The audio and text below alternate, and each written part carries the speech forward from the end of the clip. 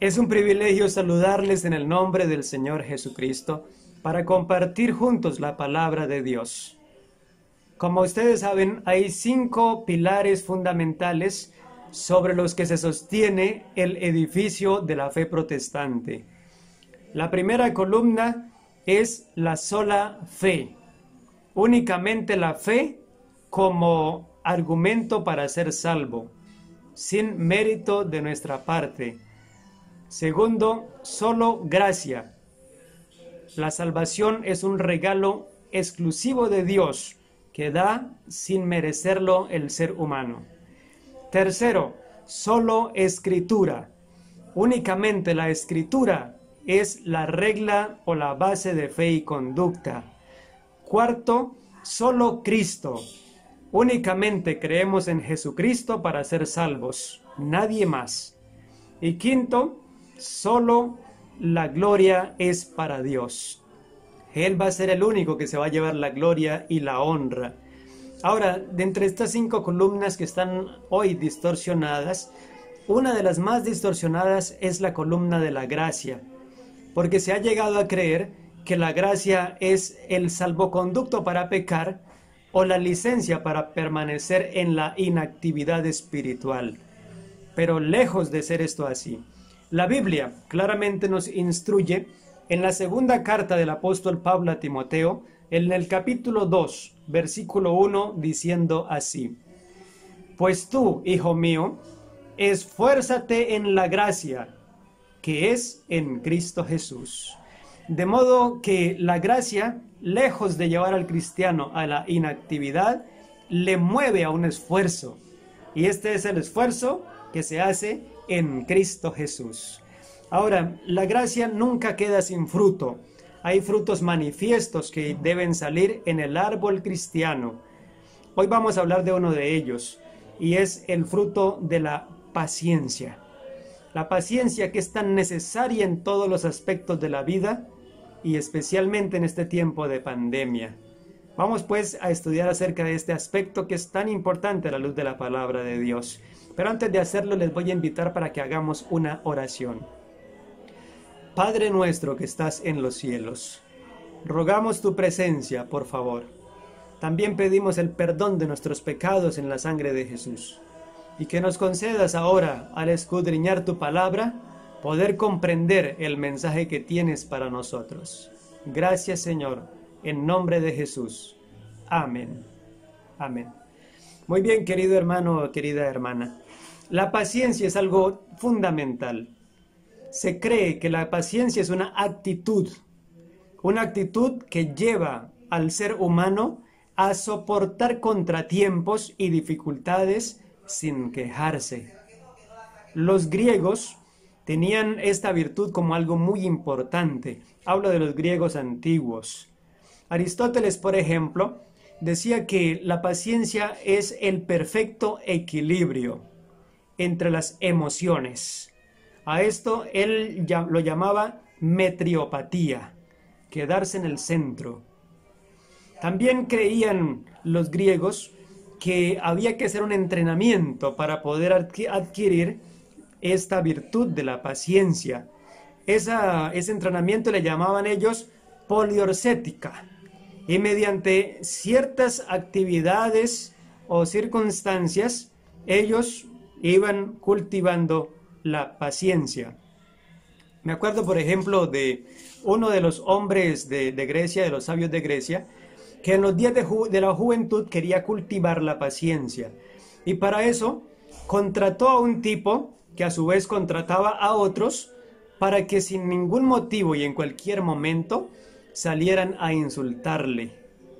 Esto enervaba a cualquier persona, pero el objetivo que tenía el hombre que pagaba era aprender la paciencia. Cuando fue a presentarse para una escuela, el maestro lo primero que hizo fue insultarlo en gran medida. Y mientras lo insultaba, el hombre de nuestra historia sonreía. El maestro le dijo: ¿y usted por qué sonríe? Y el estudiante dijo: mira, yo he estado pagando para que me insulten y ahora usted viene y comienza bien porque me insulta gratis. le agradezco mucho. Así hacían los griegos, cultivaban la paciencia. Ahora, yendo a la palabra de Dios, la Biblia nos habla de la paciencia como una virtud tremenda, una virtud fundamental, una virtud que indudablemente no puede faltar en el corazón y en la vida de los creyentes. Es real. Ahora, me acuerdo de otra historia, un hombre en la India, un hombre de más o menos 1,95 de estatura, aproximadamente 120 a 130 kilos, que acepta el Evangelio. Este hombre, su actividad, como se ganaba la vida, era luchando. Era un peleador en un campo que le llamaban el campo de los osos. Cuando se convierte, abandona esa actividad violenta y va a trabajar como albañil. Empieza a trabajar de constructor. Un día, mientras están en el mediodía, él está sentado tomándose una sopa con tranquilidad, cuando de repente alguien se levanta de los que estaban ahí cerca y sin mediar palabra le volcó un jugo en la cabeza. ¿Qué iba a hacer el gigantón? La historia dice que él se levantó con tranquilidad y fue y se limpió y volvió para seguir tomando su sopa. El hombre que le había echado el jugo por la cabeza regresó al poco rato y le dijo: le pido disculpas, pero yo quería saber si usted verdaderamente estaba convertido. Ahora que ya lo ha evidenciado, le voy a pedir que me instruya también en la filosofía cristiana que usted está recibiendo. Mi hermano y mi hermana, la paciencia deja ver lo que el creyente tiene por dentro. Ahí se sabe de qué estamos hechos y mostramos el Cristo que tenemos y en el cual hemos creído. Por eso es algo tan importante que necesitamos, por la gracia del Señor, tener en nuestras vidas. Muy bien, en la Biblia el término paciencia es el término hupomoné, y la definición sencilla es la resistencia alegre, el aguante esperanzador. Esa es la definición del término griego. Un aguante en tranquilidad, una santa resignación. Ese es el término que presenta la Escritura. También está ligado con la paz, porque la paciencia y la paz son primas hermanas. La paz viene del término griego eirene, de ahí viene el nombre latino Irene, significa paz. La paz. Lo interesante de la paz, que es la prima hermana de la paciencia, es que la raíz o la etimología de donde viene la palabra paz en griego es el verbo unir. De modo que, como cristianos, comprendemos que la única manera para tener paz es uniéndonos a Jesucristo. Por eso es que en Juan capítulo 15, versículo 4 está escrito: separados de mí, nada podéis hacer. La paciencia, la paz y cualquier otra virtud se adquiere como consecuencia de la santa comunión con Cristo. Los griegos pensaban que había que cultivar la paciencia y había que trabajar en ella. Nosotros creemos que se recibe como un regalo inmerecido. Aristóteles, por ejemplo, hablaba acerca de la metriopatía. Metriopatía era la forma como él mencionaba acerca de la paciencia, y él decía que es el término intermedio entre las emociones, el equilibrio. Y enseñaban ellos, los griegos, que para poder alcanzar la metriopatía, ese equilibrio, había que practicar la poliorcética, o sea, una serie de ejercicios que llevaban como consecuencia a que la persona tuviera paz, paciencia, relax. Pues bien, el cristianismo, vuelvo al punto, no cree que haya que hacer ningún ejercicio de esta clase, y si lo hubiere es porque Dios en su misericordia lo permite. La Biblia enseña, por ejemplo, acerca de la paciencia en el libro Primera de Tesalonicenses, capítulo 5, versículo 14, así: también os rogamos, hermanos, que amonestéis a los ociosos, que alentéis a los de poco ánimo, que sostengáis a los débiles, que seáis pacientes para con todos. Y es que, como ustedes saben, es muy difícil tener paciencia con un ocioso o con alguien que es de poco ánimo o sencillamente alguien que muestra con mucha frecuencia su debilidad. Pero la Biblia nos llama a cultivar la paciencia. Santiago capítulo 5 versículo 7 dice: por lo tanto, hermanos, sed pacientes hasta la venida del Señor. He aquí el labrador espera el precioso fruto de la tierra, esperando pacientemente hasta que reciba la lluvia temprana y tardía. Insta pues la Biblia a los creyentes, a usted y a mí, a cultivar la paciencia. También dice la Biblia en Santiago capítulo 5 versículo 8: sed pues también vosotros pacientes y fortificad vuestros corazones, porque la venida del Señor se acerca. Es real, mi hermano y mi hermana, la paciencia es fundamental. Ahora, pero la paciencia, como ya hemos mencionado, aunque es una virtud tremenda, en verdad la mejor forma de recibirla es por gracia, como un don inmerecido. Cuando nos vinculamos con el Salvador, la paciencia viene a formar parte de nuestras vidas. En la Biblia se habla de la paciencia también como longanimidad, o en el griego macrotumia. Macrotumia. Esto es esperar, pero según la Biblia no es un esperar ocioso o con demasiada tranquilidad. Antes bien, denota la palabra persistencia y equilibrio. Y es que, mi hermano y mi hermana, para lograr tener paciencia se necesitan dificultades. Usted ha escuchado la historia de la señora que fue a pedirle al pastor que orara por ella para que le diera paciencia. Eso necesitamos nosotros, ir al divino pastor para que nos dé paciencia. Pero cuando vamos donde el divino pastor para que nos dé paciencia, Él va a permitir tribulaciones. Porque la Biblia enseña que la tribulación produce paciencia. La tribulación produce paciencia. Y por eso, como creyentes, ahí mismo el apóstol San Pablo le decía a Timoteo: tú pues sufre trabajos como fiel soldado de Jesucristo. Como creyentes necesitamos esforzarnos y aguantar trabajos y pasar trabajos como fieles soldados de Jesucristo sin quejarnos. Es algo fundamental. Necesitamos pedirle al Señor que nos conceda poder aguantar el cansancio, la demora y el hambre sin quejarnos.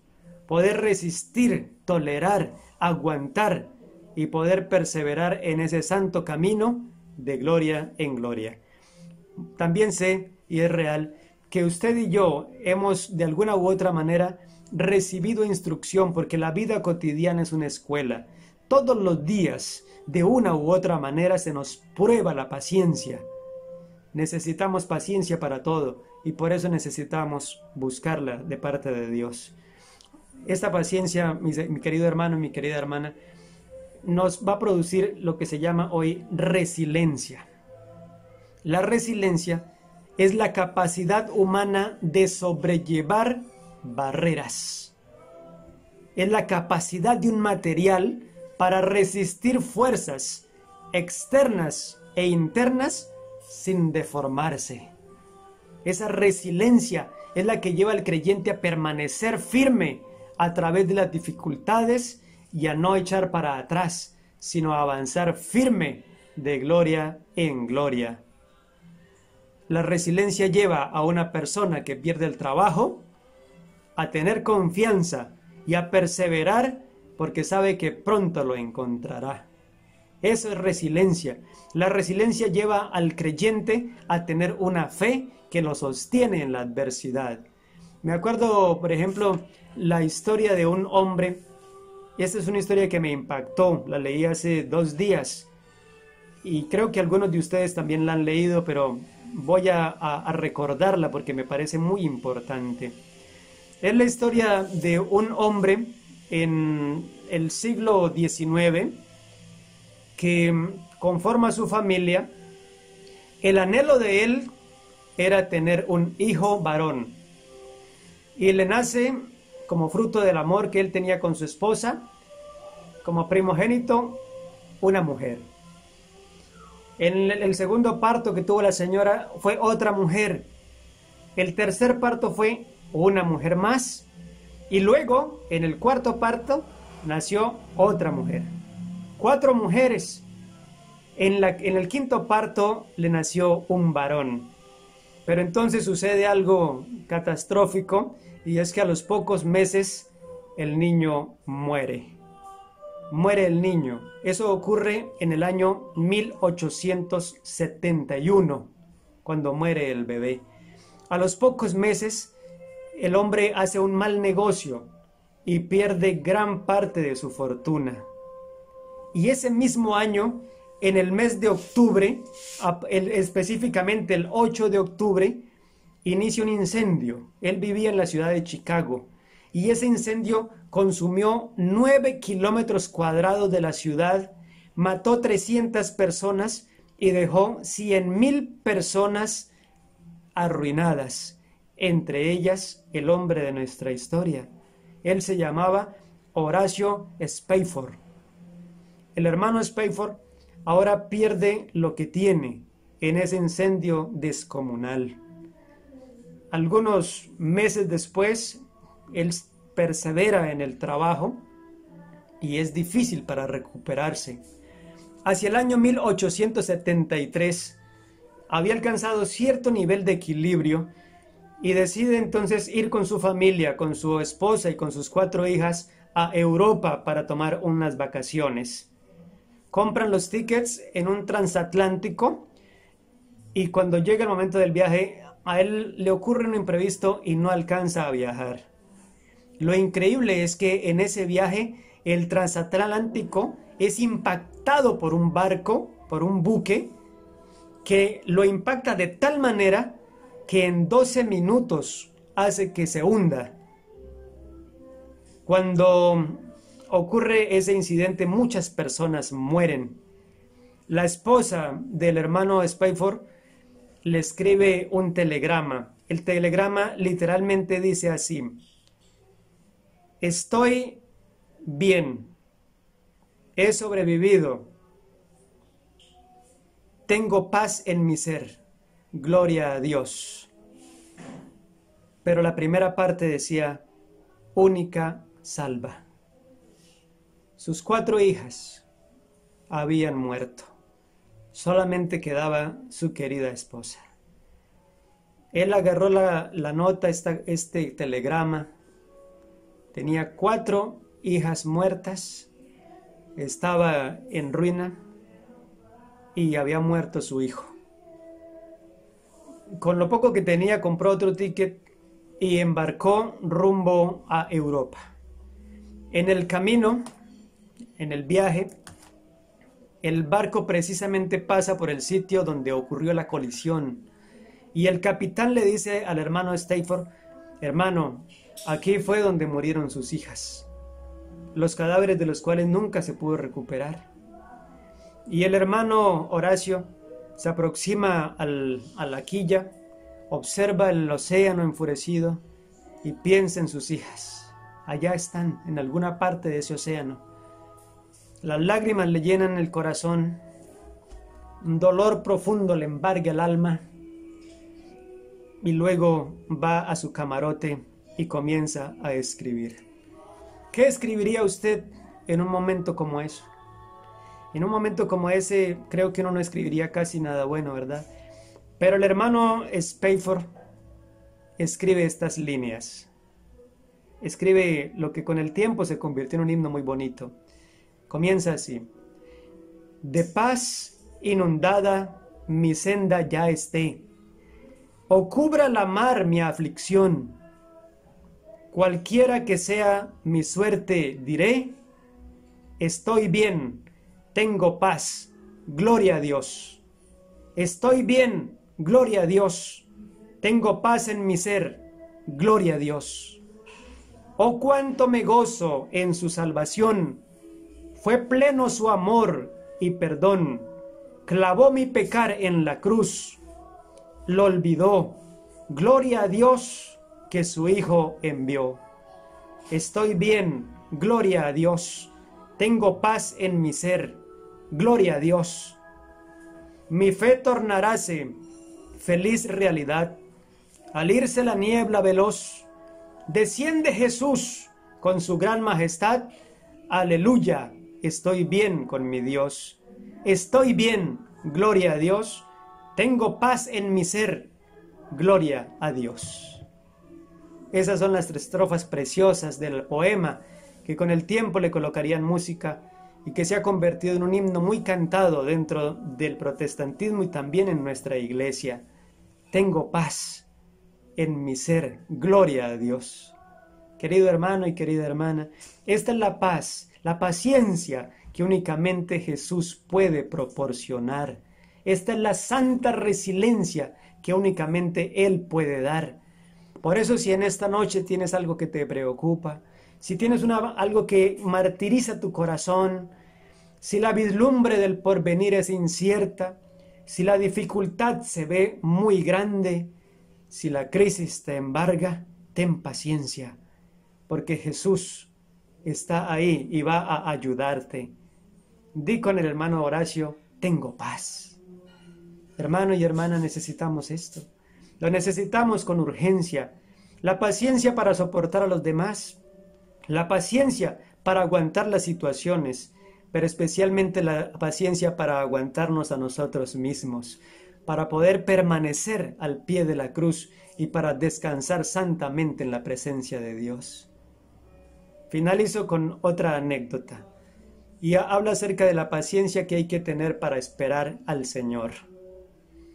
Hace años, un papá fue con su hijo al pueblo y estando allá en el pueblo dando algunas vueltas, el papá le dijo a su hijo, hijo, quédate aquí al lado de este monumento y espérame que ya regreso. Se fue el papá a hacer las vueltas y este hombre se embolató en tantas cosas que se olvidó de su hijo y volvió a casa. Cuando regresó a su casa, la esposa le dijo, ¿y dónde está el niño? Y él dijo, no puede ser, debe estar allá donde lo dejé. Y el papá rápidamente volvió al pueblo y allá estaba, como a las 8 o 9 de la noche, el pequeño, sentado al pie del monumento. Ahí lo abrazó, le pidió perdón y lo llevó a casa. Ustedes y yo necesitamos esa fidelidad infantil también, esa paciencia para esperar en el Señor. Jesús nos dijo, espérame aquí, que ya regreso. Ciertamente vengo en breve. Y nos dejó al pie de la cruz. Quedémonos al pie de la cruz. Contemplemos a Jesús. Esperémosle constantemente, porque sus promesas son ciertas. Él nos ha dicho que debemos pelear la buena batalla, y la buena batalla es esperar en Él. Por eso te pido y te solicito en nombre de Jesús que le esperes. Te ruego que le esperes, que confíes en Él, que tu fe no falle y que tengas confianza en el Señor. Ve a Jesús. Si sientes que tu paciencia ya no da más, arrodíllate y ora. Coloca tu carga al pie de Jesús y Él te dará la solución. Mi hermano y mi hermana, Jesús está presto para ayudarte y para ayudarme. Yo confío en Él y le pido que me dé más confianza. También oro en esta hora para que el Señor te dé a ti paciencia y para que te ayude, para que te fortalezca y para que por la gracia de Él podamos salir victoriosos. Jesús te ama, Jesús quiere salvarte y Jesús no te dejará ni te desamparará. Él te dará la paciencia, la resiliencia para que le esperes hasta que Él regrese. Mi hermano, mi hermana, Dios te bendiga y que podamos seguir juntos al pie de la cruz en el taller del Maestro Gloria a Dios. Tengo paz. Amén y amén.